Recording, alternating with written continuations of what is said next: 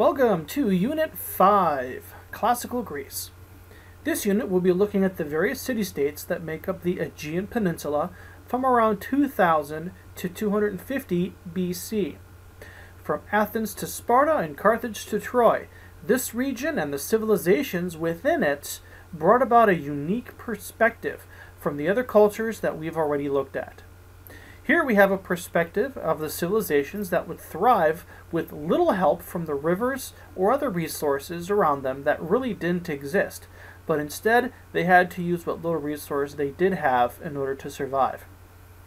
As usual, please make sure that we get rid of all the distractions and we put those things away so that we can focus on being successful and getting in the information we need from this lecture. As usual, at the end of this lecture, if there's something you need some help with, please feel free to let me know and we'll get that taken care of for you right away. And with that, let's begin. So first, let's get some of our terms. As usual, we have 5 terms. So here's the first one. City-state, an area the size of a city, but its own country. We've seen this one before, and again, the best way to describe it is thinking of a city like Milwaukee, but it being its own country, separate from West Dallas, Wauwatosa, or even the bigger state of Wisconsin. Milwaukee being its own country. That's what a city-state is. It's not uncommon from the time period back then to have all these different city-states in the same geographical region, but have completely different governments or completely different cultures or ways of doing things. Even though they might have been neighbors, they were separate governments, separate cities, or in this case we call them city-states. Our second term is the trireme. It's given to a name of a particular kind of boat. This combination of sail and row was used both to transport people as well as a weapon system on the high seas. Stay tuned for a more descriptive discussion on this later, as we'll get into a little bit more detail on how this ship was designed and its purposes, especially when we talk about some of the other battles. I believe it's in Lecture 3 we'll talk about that. Our third term is Homer. No, not Homer Simpson, but Homer the poet. He was an author of the time period of the Trojan War, and it is a lot of his epic stories that we get a lot of information about the Greek gods, as well as what it was like to live during the time period of the ancient Greeks. His 2 books, or as they're called technically as epics, were the Iliad and the Odyssey. The Iliad spoke primarily of the Trojan War, including Achilles and the battles going on with that. And the Odyssey, the other book, was about a guy by the name of Odysseus and his travels home from the Trojan War. We'll talk a little bit briefly about that later as well. The Mediterranean Sea, of course, is the largest salt body of water in the world. The sea was a major resource for the Greeks, not for drinking, but for its other resources and other things that it was able to provide. As we can see here from the map, the Mediterranean Sea is a huge and vast body of water just south of Europe and north of Africa, kind of splitting the two apart. We'll talk more about the importance of the Mediterranean Sea throughout this unit. The Aegean Sea is also part, technically, of the Mediterranean Sea. It's one little offspurt of it. It was also kind of a lifeline to the Greeks back then. As you can see, the Aegean Sea is the area between Greece and present-day Turkey. That was a major trade route, as well as used for many battles during the ancient times we're going to discuss. So keep that in mind as we go forward, especially again when we talk about the Battle of Marathon in our next lecture. It'll come up again there as well. So let's get started with setting our stage and into our actual discussions here. Looking at the geography of the ancient Greeks, it certainly was considerably different than that of the previous cultures that we've studied. When we look at the Greek civilization, we need to make sure that we identify it as a variety of cultures all living within one geographic area. A lot of different cultures all around the same location. A lot of them had similar cultures or similar characteristics, but each one had its own little twist to it that made it unique from some of the others. 4 of these civilizations we're going to take a look at today include the Minoans, the Mycenaeans, the Phoenicians, and the Dorians.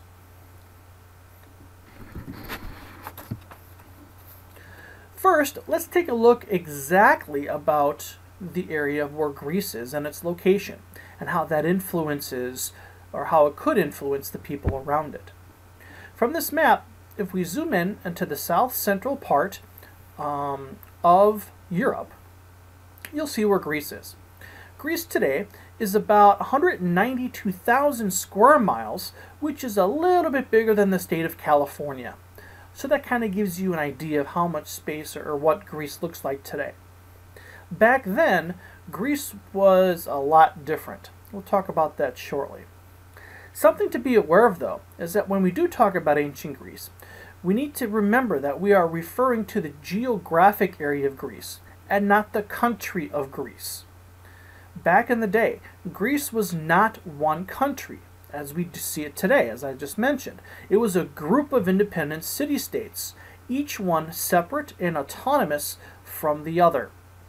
Sometimes they would have to work together to survive.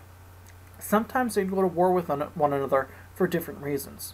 But the important thing to realize is when we use the word Greece, we're referring to the region of Greece, all the different city-states that make it up, or make up that region. We'll talk more specifically about the city-states as necessary, and we'll identify them separately when we need to.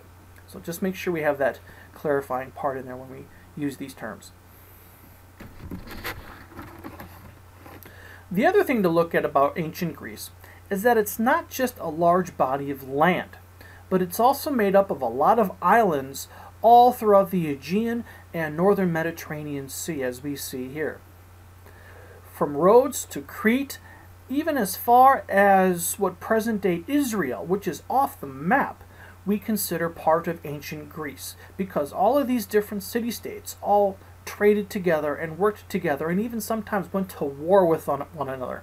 So that's why we use this vast area when we use the word Greece, because all these people were relying upon each other or going to war with one another at some time or another, and it just makes sense to kind of group them all into one big area that we call Greece.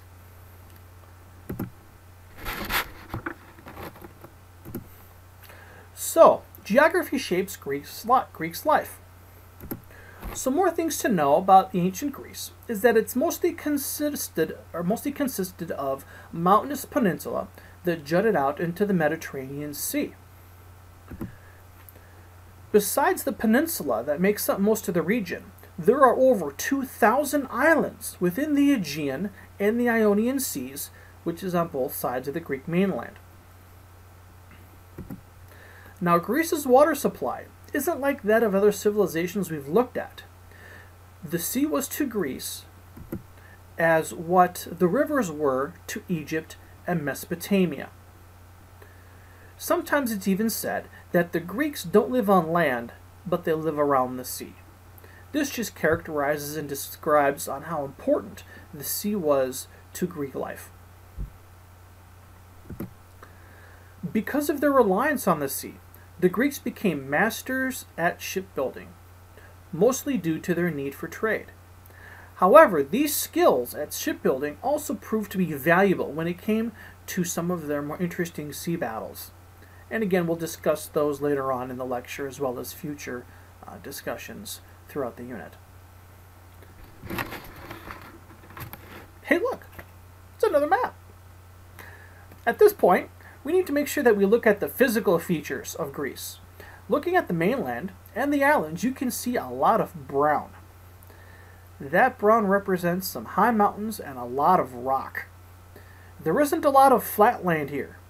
Remember, it's the flat land that allows people to have agriculture and farms. Most agriculture was done on small plots of land on either side of the city walls or just outside. They did not have a lot of room for farming. Note that there are some rivers to the north and central parts of mainland Greece. However, they really did not come down to the rest of the peninsula. This did provide them with a limited source of water, but because of the flow of the rivers and the small amount of water that was available, it provided very little water for irrigation and drinking. Not enough water for transportation of goods to and from the area on the peninsula.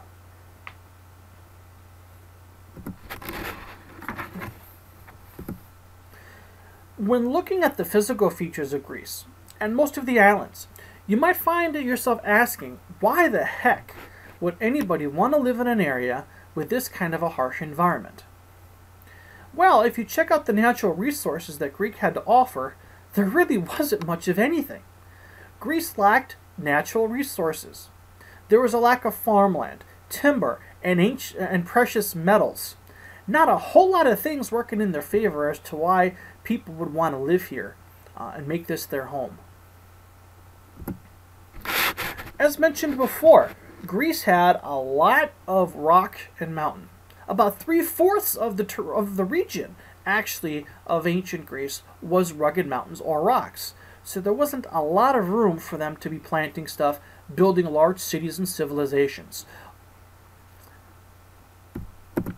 These mountains ended up dividing Greece into different territories that helped to shape Greece's political life. It separated the different city-states and allowed them the autonomy from one another. It's easier to have separate countries or separate city-states in this case if you can't see the other city on the other side. An example would be Milwaukee and West Dallas. They're very similar to one another because you can literally cross the street and you're in a different city, even though it might not feel that way. Well, back then it was a lot different. You can't just cross the street. You actually have to walk miles before you can get to another flat area of land where people had their farms and their other city-states from a different group of people. It wasn't like they were just next door. They were close, but not that close. And those different cities were independent from one another. The mountains made travel difficult because of the uneven terrain. There were trade routes between the different locations around Greece, but the inconsistent terrain didn't make it easy. All that rock and uneven terrain made large-scale irrigation virtually impossible, as we mentioned earlier, and the land was not able to sustain large populations because of the lack of farmland. Farms produce food, and if there are small farms, there will be small populations. That's just how it is, and they couldn't get out of that rut of the amount of land that they didn't have for the populations they couldn't support. However, with all these bad things, there was a good thing about Greece. It was a very beautiful place to live when you're looking at the climate. The temperature pretty much varied between 48 degrees and 80 degrees Fahrenheit all year round. Never snowed, rains occasionally, very temperate, very comfortable all year round. Today, Greece is one of the more popular tourist attractions year-round in the world. People go to Greece all year round, making them very popular for tourism.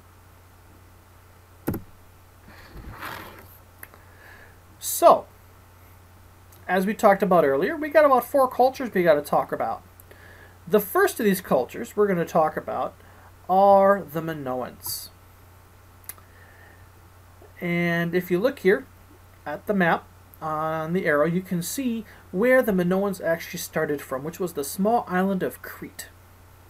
For those of you that are interested, especially those that are interested in Greek mythology, there is a legend of King Minos who lived there and had the power to turn anything into gold with the touch of his hand.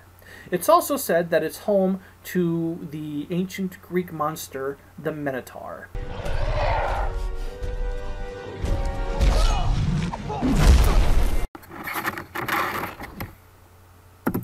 Despite the fact that they were located on an island, they did do a lot of trade with other Greek civilizations at the same time as the Minoans, which created this whole ability for these groups of people to intermingle and create a type of cultural diffusion.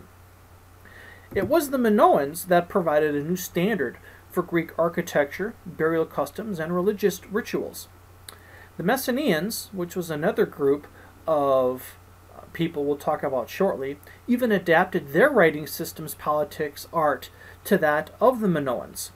They liked it so much and it agreed with their culture and personalities that the two kind of meshed and worked together.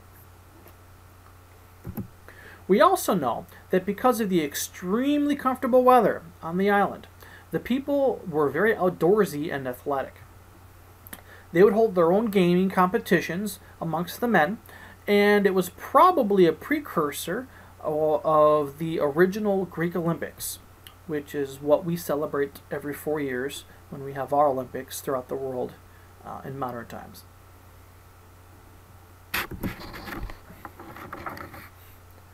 The second civilization we need to know about are the Phoenicians. Being more than 800 miles away by boat from the Greek mainland, Phoenicia had an extremely significant role to play in Greek life. And as you can see from the map, they are a long way away, but still part of this Greek civilization that we want to make you familiar with.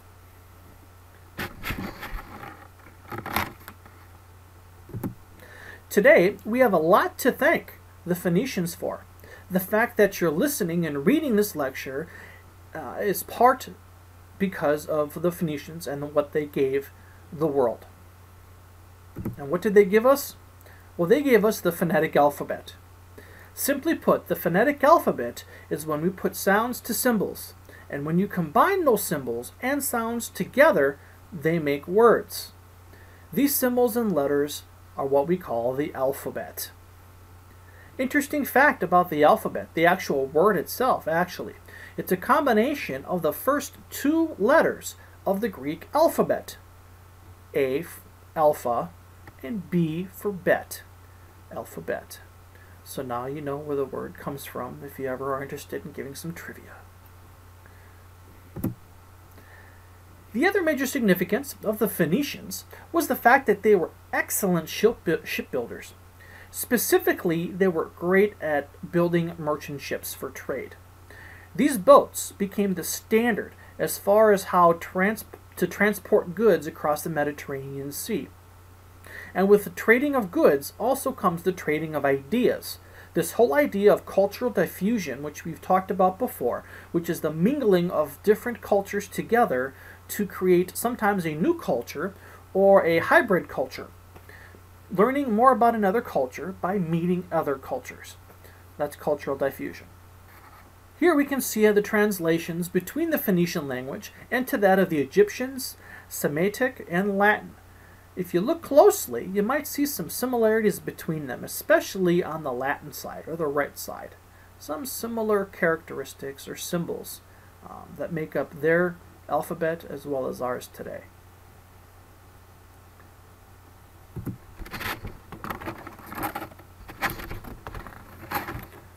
Considered to be the first Greek, our third culture are the Mycenaeans. As you can see from the map, they encompassed the majority of present-day Greece. As best as historians can tell, the Mycenaeans were around, or they were in Greece around 650 to 1200 BC.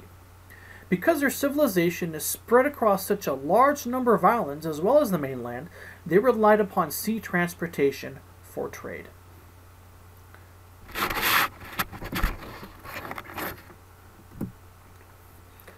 So the Mycenaeans needed the sea to trade and to travel. It was their lifeline, because without all that traveling and trade, they would not be able to influence those around them. And because of this, they would be influencing everybody that they traded with.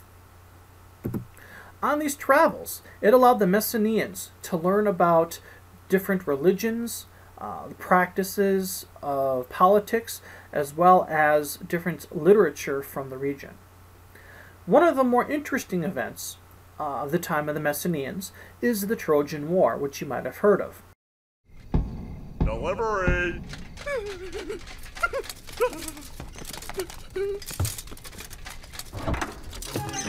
Looking good, Diomedes. Menelaus, my man. My man. Are you ready to get on the field, Hermes? Sure thing, Mr. Agamemnon. Soldiers hiding inside a big wooden horse in order to get into an enemy city. I'm sure you've heard of that one. We're going to talk about this again. And the fourth and final culture are the Dorians. We don't know a lot about these people. What we do know is they took over after the Mycenaeans, but they didn't keep any written records of what was going on during their time period that they ruled over or lived in Greece. So we really don't know a lot about them. This time period traditionally or sometimes is known as the Dark Period or the Dark Ages of Greek history, only because we don't know a lot about the Dorians other than they existed.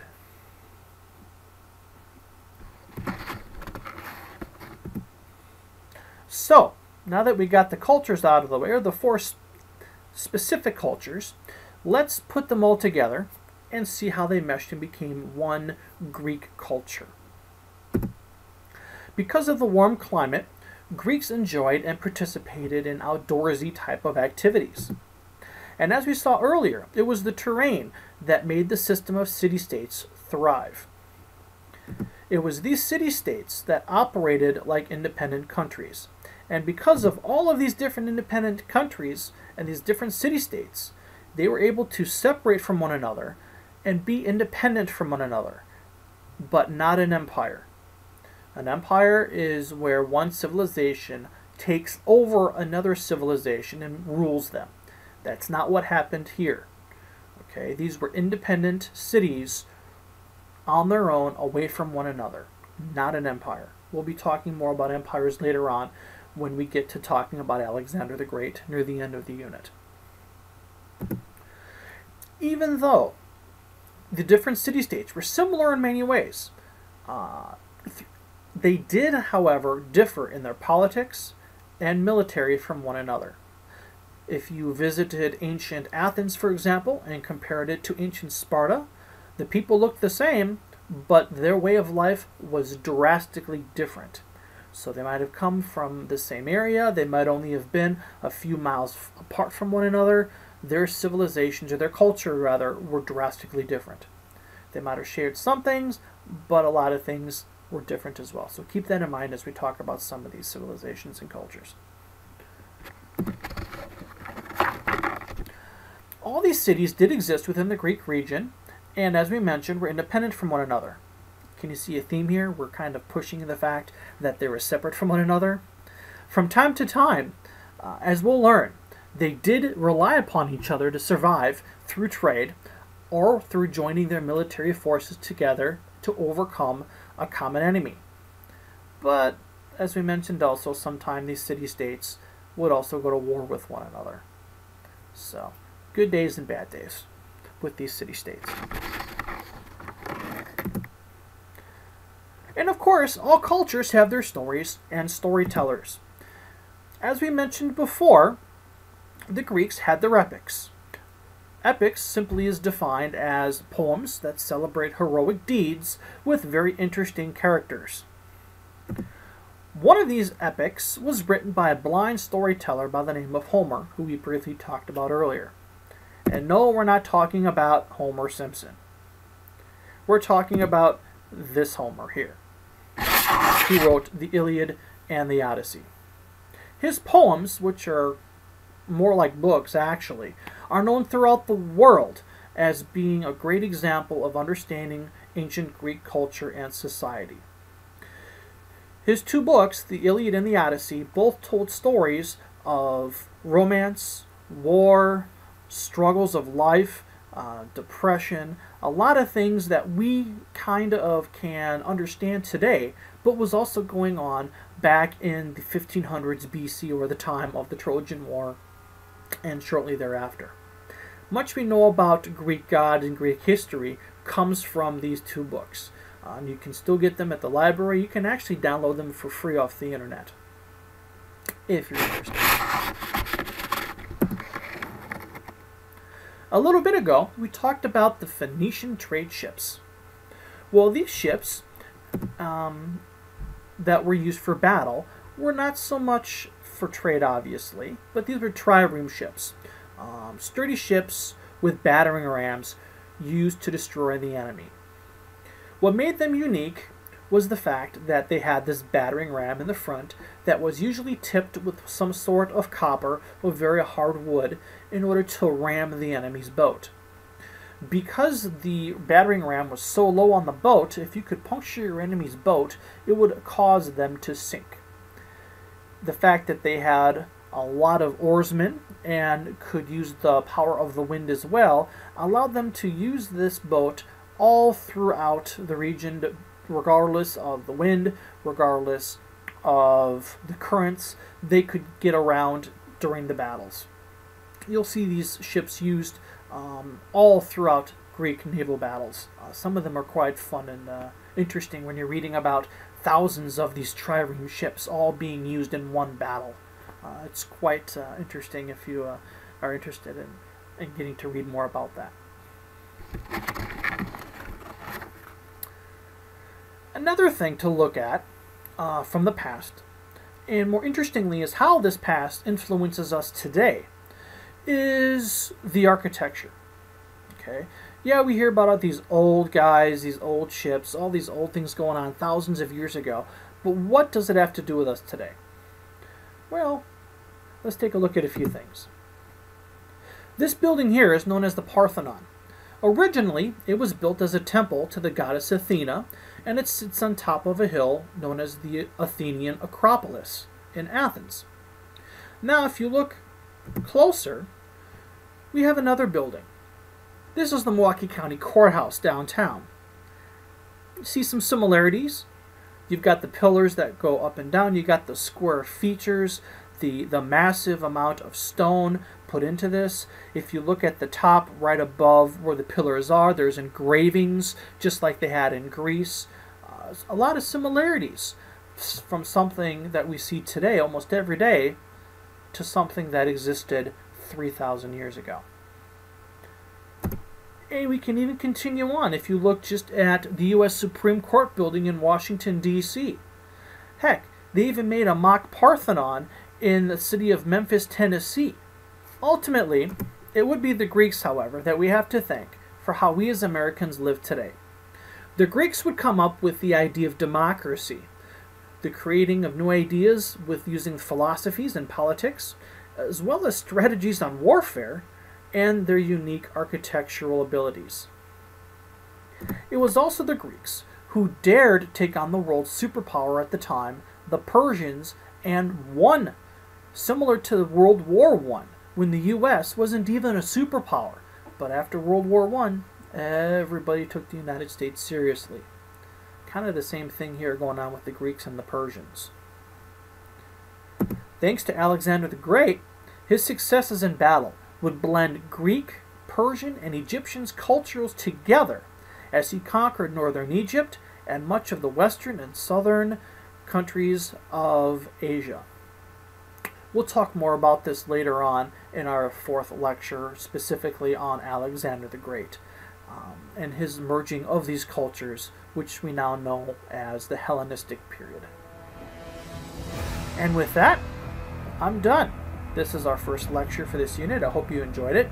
Again, if you have any questions, please don't hesitate to let me know. This is one of the more fun units that I enjoy teaching. So with that, keep going, and I look forward to seeing you guys in class. Have a great day.